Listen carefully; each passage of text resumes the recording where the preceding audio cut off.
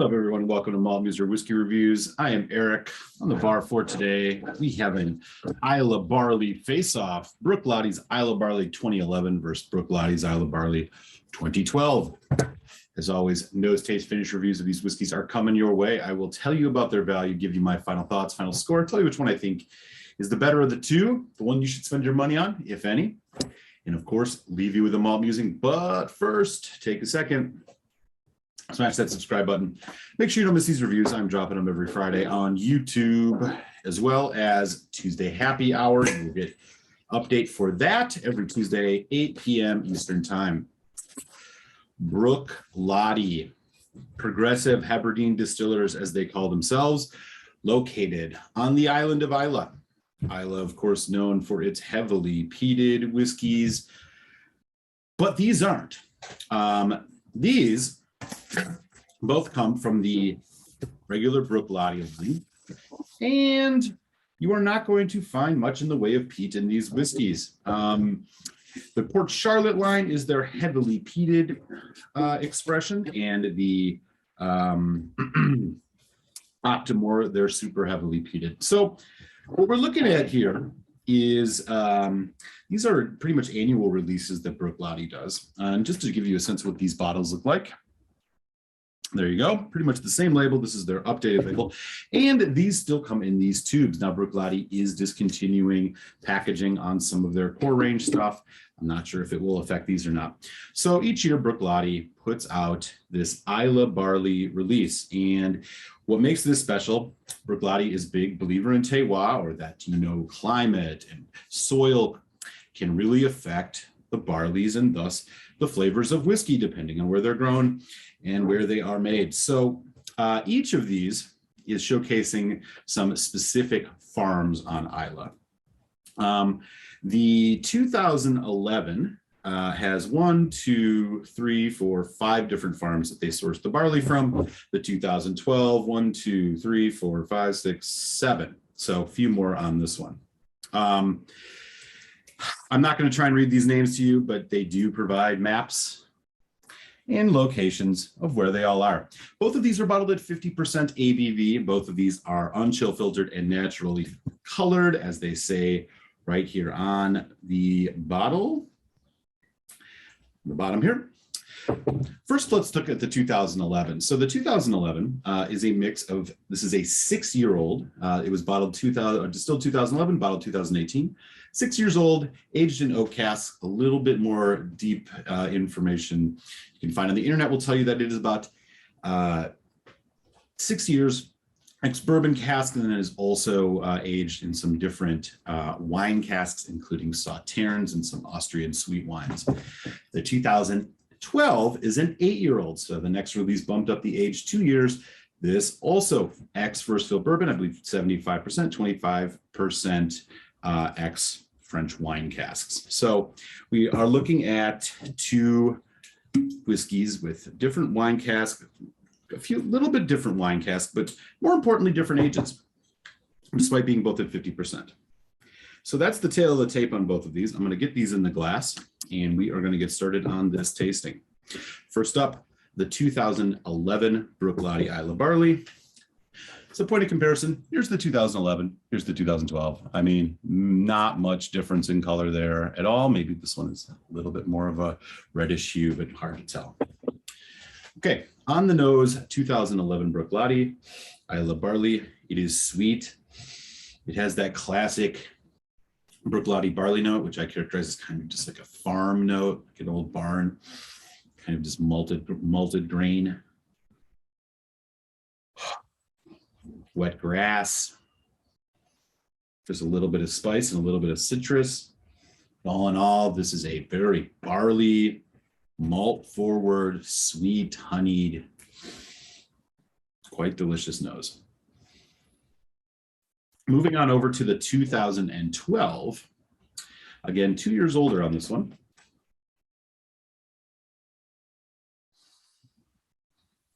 A little bit smoky. Maybe it's the oak, the more charred oak. This one definitely has a more earthy note to it. For Fruity. Again, the barley note is really sweet on this, in your face.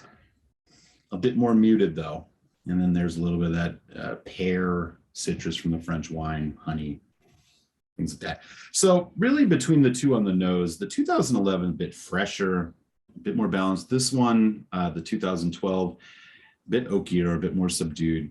It's very difficult to tell if there's any peat in here. Now, just to double check, they do not say that these are unpeated, but we know they're not peated in any major way. So there may be just a little residual peat from the water they've used, so on and so forth, but I do not believe there's a lot of peated malt in these. Okay. Boy, it's 2011.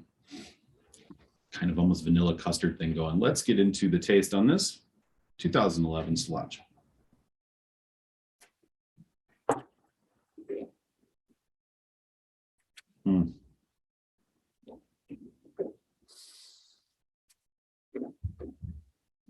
Wow. Very nice. Sweet, bold, assertive. Sweet spice is kind of the profile here. It arrives with a medium body, getting some dark cocoa, white chocolate notes in here. It's like coconut notes, a little bit tropical, a little bit citrus. That honey, the alcohol note, which you notice slightly just goes kind of right into the background as it goes into a medium finish, malted milk, chocolate, citrus, honey, barley. Very nicely balanced. Delicious. Quite good. Yeah. Okay, moving over to the taste neat, the 2012.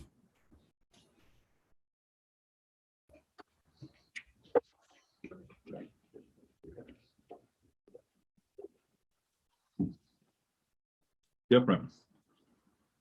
A bit more oily. Drier. More oak cask. Little bit of peat maybe. Much more oak cask, almost giving it a kind of a more sweet bitter, slightly sweet sour thing going on with this one. The honey notes there, a bit of that lemon citrus, vanilla, sweet wine on the end, kind of balancing out that bourbon cask, but definitely a much more charred wood note going through this one, bordering on dark chocolate. Slightly, it's more bitter. Okay, let me clean the palate here. I'm going to put 4 drops of water on each of these. It's an arbitrary amount, I know, but I think it should be enough just to open these up a bit. We're going to start with the 2012 Islay Barley to see how this one opens up first, and then we'll go over to the 2011. Wow, okay. Earthy again. Almost like potting soil. That sweet barley notes kind of went into the background a bit. There's much more dark, kind of charred oak here. Bit of that almost perfume-like coming from the French wine. Pear.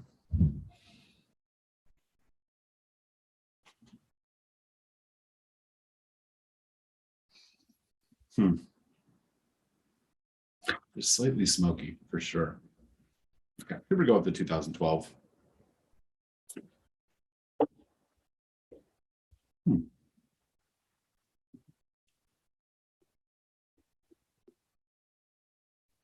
Water has definitely mellowed this out a bit.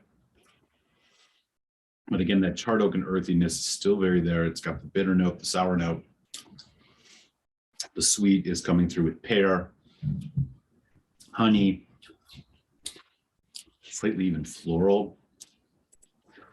Finish is still around medium, dry, dark chocolate, hints of that, little bit of peat, earthiness.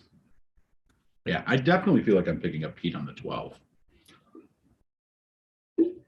Okay, now water over on the 2011. Man, the nose on this is just, I'm getting more strawberry, almost like yogurt, custard, like vanilla, fresh, fruity. slightly herbal, a little bit of like fresh cut grass, all still right there, still very balanced, honeycomb. Now, here we go.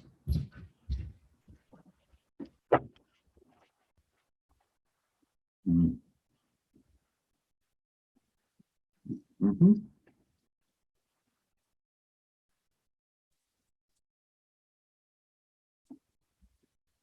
Still get that nice spice hit on here, but it's a bit more muted. Development is very nice. Apple, pear, slightly melon, water. I was going to say watermelon. No, much more like coconut, tropical fruit.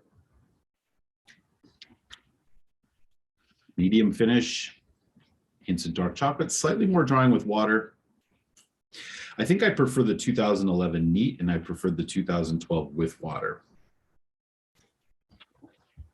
Yeah. Okay. Gotta love this stuff. This is not an exclusive whiskey here in the United States. So value-wise, you are looking at around $60, $65 USD for these.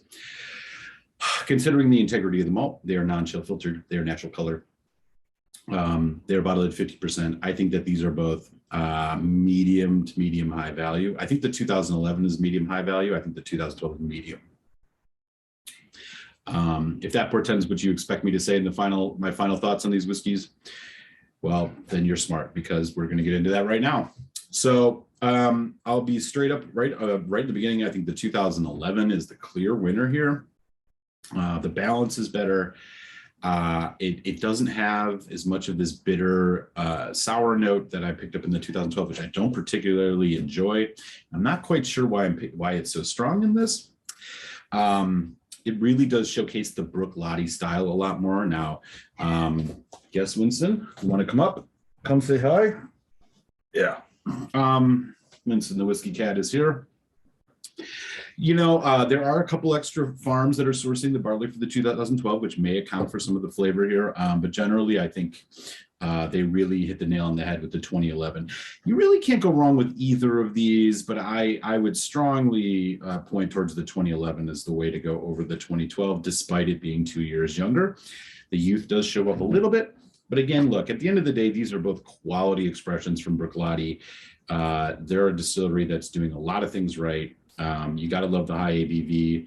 You have to love the non-chill filtration and natural color of these. And, you know, they are really promoting the terroir kind of uniqueness of each of these, the barley sources of these farms. And I think that's pretty cool. So final scores here, the 2011 Bruichladdich Islay Barley, I am going to give a very strong 3.75. The Bruichladdich Islay Barley 2012, I'm going to give a 3.25. So both above average. Average for me is a 3, but I think that this 2011 is a clear winner. These are both available on shelves still here in the US. So if you see them, looking for a whiskey with this type of profile, this 2011 is the way to go.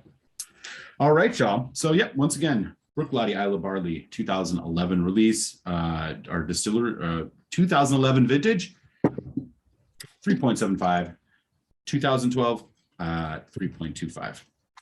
All right, y'all. Let me know in the chat. Have you had any of these before? Have you had any other ones that you like even more than if you've had these? Does this now interest you? Something that you're looking to pick up? Would love to hear what you got to say. With that, I'll send you over to your malt musing, and I'll catch you next time here on Malt Musing Whiskey Reviews. So lunch.